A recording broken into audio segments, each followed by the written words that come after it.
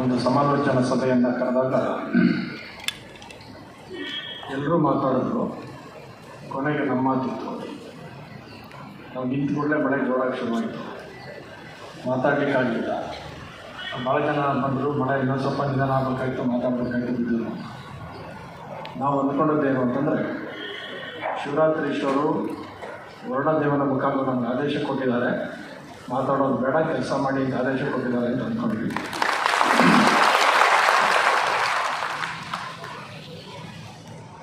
ಶಿವರಾತ್ರಿ ಶ್ರೀಗಳ 1066ನೇ ಜಯಂತಿ ಅತ್ಯಂತ ಯಶಸ್ವಿಯಾಗಿ ಮಳವಳ್ಳಿಯಲ್ಲಿ ನೆರವೇರಿದೆ.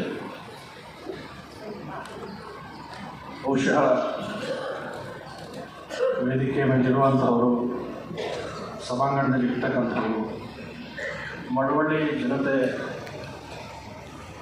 ಭಾವಿಸಿದ್ದಕ್ಕಿಂತ ಹೆಚ್ಚು ಅದ್ಭುತವಾಗಿ ನಡೆದಿದೆ ಅಂತಂದರೆ ಅದು ಅತಿಶಯೋಕ್ತಿ ಮಹತ್ವ. ಮೊದಲನೇ ಸಭೆಯಲ್ಲಿ ಪುಟ್ಟರಾಜು ಅವರು ಹೇಳಿದರು, ಶಿವರಾತ್ರೀಶ್ವರ ಜಯಂತಿಗೆ ನಾವು ಮಾಡ್ತೀವಿ ಅಂತ ಯಾರು ಮುಂದೆ ಬರಬೇಕಾಗಿಲ್ಲ, ಮಾಡೋ ಮನಸ್ಸು ಮಾಡಿದ್ರೆ ಆ ಕಾರ್ಯಕ್ರಮ ತನ್ನಷ್ಟು ತಾನೇ ನಡ್ಕೊಂಡು ಹೋಗುತ್ತೆ ಅಂತ ಅನ್ನೋದಕ್ಕೆ ಅವರು ಏನು ಹೇಳಿದ್ರು ಅದರಂತೆ ಜಯಂತಿ ಯಶಸ್ವಿಯಾಗಿ ನೆರವೇರಿದೆ. ನಾವು ಎಷ್ಟೋ ಸರಿ ಅಂದ್ಕೊಳ್ತಾ ಇದ್ವಿ, ಏನಪ್ಪ ಕನಕಪುರ ಶ್ರೀಗಳ ಮಾರ್ಗದರ್ಶನದಲ್ಲಿ ಜಯಂತಿ ಮಾಡ್ತೀನಿ ಅಂತಿದ್ದಾರೆ, ಏನು ಸುದ್ದಿನೇ ಇಲ್ಲ, ಏನು ಮಾಡ್ತಾನೆ ಇಲ್ಲ, ಸಭೆಗಳಿಲ್ಲ ಅಂತ. ಆದರೆ ನಮ್ಮ ನಿರೀಕ್ಷೆಯೂ ಕೂಡ ಮಾಡಿಕೊಳ್ಳಲಿಕ್ಕೆ ಸಾಧ್ಯವಾದಷ್ಟು ಯಶಸ್ವಿಯಾಗಿ ಕಾರ್ಯಕ್ರಮ ನೆರವೇರಿದೆ. ಅದು ಶಿವರಾತ್ರೀಶ್ವರ ಕಾರ್ಯಕ್ರಮ ಏನು ಅಂತಂದರೆ ಮಳವಳ್ಳಿಲಿ ಅಷ್ಟೇ ಅಲ್ಲ, ನಾವು ಮಠದಲ್ಲಿ ಏನೇ ಕಾರ್ಯಕ್ರಮ ಮಾಡೋದು ಕೂಡ ನಾಳೆಗೆ ಆಗುತ್ತೋ ಇಲ್ವೋ ಅಂತ ಅನಿಸ್ತಾ ಇರುತ್ತೆ. ಕೆಲಸ ಶುರು ಮಾಡೋದು ಆಗ ಮಾತ್ರ ಇಷ್ಟು ಸುಲಭವಾಗಿ ಕೆಲಸ ಆಯ್ತಲ್ಲ ಅಂತ ಅನಿಸುತ್ತೆ. ಒಂದು ಮಾತಲ್ಲಿ ಹೇಳೋದು ಅಂತಂದರೆ, ಮಳವಳ್ಳಿಯ ಜನತೆ ಹೇಗಾಗುತ್ತೋ ಅಂತ ಭಾರವಾದ ಮನಸ್ಸಿನಿಂದ ಮಾಡುವಂಥ ಕಾರ್ಯಕ್ರಮ ಹಳ್ಳಿಗೆ ಒಂದು ಮಾತು ಹೇಳ್ತಾರೆ, ಹೆಂಗಾಯ್ತಪ್ಪ ಅಂದರೆ ಹೂವೆತ್ತದಂಗೆ ಆಯಿತು ಅಂತಾರೆ.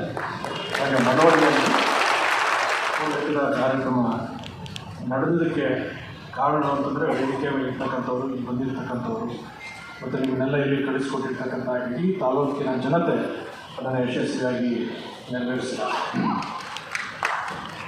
ಅಲ್ಲಿ ಪ್ರತಿಯೊಂದರಲ್ಲೂ ಕೂಡ ಶಾಸಕರಾದ ನರೇಂದ್ರ ಸ್ವಾಮಿಯವರು ಅವರ ಅಧ್ಯಕ್ಷರಾಗಿ ಅದರ ಹೆಚ್ಚಿನ ಜವಾಬ್ದಾರಿಯನ್ನು ತೆಗೆದುಕೊಂಡು ಅಲ್ಲಿ ಪ್ರಸಾದದ ವ್ಯವಸ್ಥೆ ಮಾಡೋ ಸಂದರ್ಭದಲ್ಲಿ ನಾವು ಹೇಳಿದ್ವಿ, ಜನ 10 ಗಂಟೆ ಮೇಲೆ ವಸ್ತು ಪ್ರದರ್ಶನಕ್ಕೆ ಬರ್ತಾರೆ, ಮಧ್ಯಾಹ್ನ ಮತ್ತು ರಾತ್ರಿ ಊಟಕ್ಕೆ ಮಾಡಿಸ್ಬೋದು ಅಂತ. ಅವ್ರು ಕೂಡಲೇ ಏನಾದರೂ ಅಂತಂದರೆ, ಇದು ಗುರುಗಳ ಜಯಂತಿ, ಇದು ನಡೆಯುವಂಥ 8 ದಿವಸ 24 ಗಂಟೆ ಬಂದವರಿಗೆಲ್ಲ ಪ್ರಸಾದ ಕೊಡಬೇಕು. ಅವ್ರು ಮಾಡಿಸಿದ್ರು. ನಿಮ್ಮ ಮಳವಳ್ಳಿ ಹೋಟೆಲ್ನವರೆಲ್ಲ ಅವ್ರು ಬೈಕರು.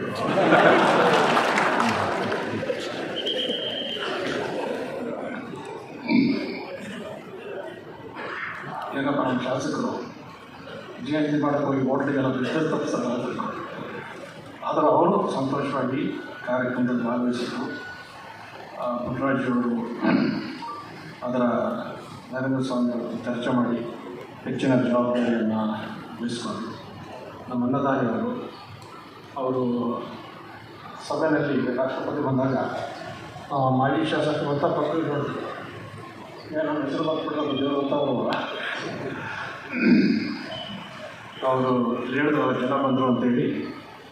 ಬಹುಶಃ ಇಡೀ ಕಾರ್ಯಕ್ರಮದಲ್ಲಿ ಅದು ಮುಖ್ಯಮಂತ್ರಿಗಳನ್ನು ಒಳಗೊಂಡು ಪೂಜ್ಯ ಸಿದ್ದಗಂಗಾ ಶ್ರೀಗಳು, ಅದಕ್ಕೆ